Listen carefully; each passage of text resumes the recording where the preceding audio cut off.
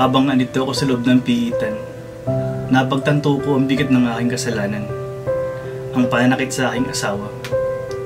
Sana mapatawad niya pa ako at mabigyan ng pagkakataon mabuo muli ang aming pamilya.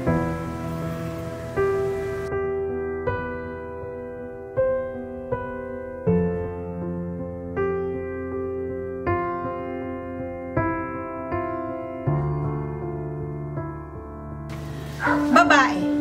Simpleng salita, ngunit malalim ang kahulugan. At ito ang gusto naming ipaalam sa inyo. Kami ay babae, at hindi babae lang. Sa mabilis na paglipas ng panahon, marami nang nagbago. Ang dating iyakin, mahina at tikom na bibig ay unti-unting natuto. Nakaya din pala namin makipagsabayan sa makabagong mundo.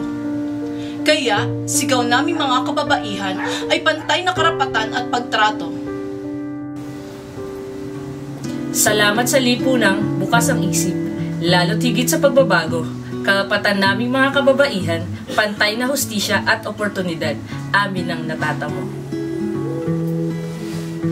Kung kaya ninyo, syempre, kaya din namin ang mangarap, mag-aral, magtaguyod ang pamilya at magtrabaho.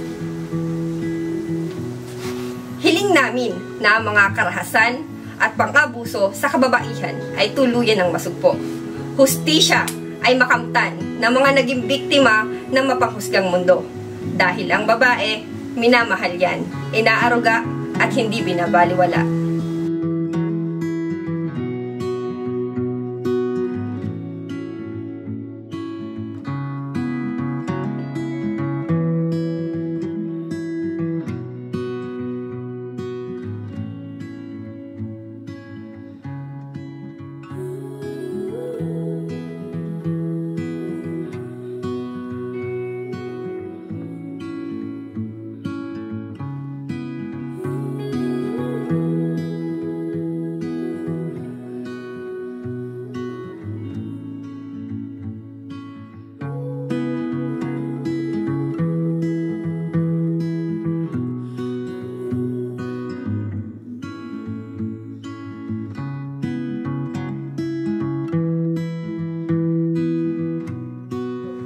Ako si Mel.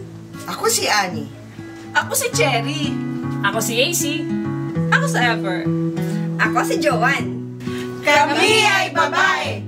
At kung kaya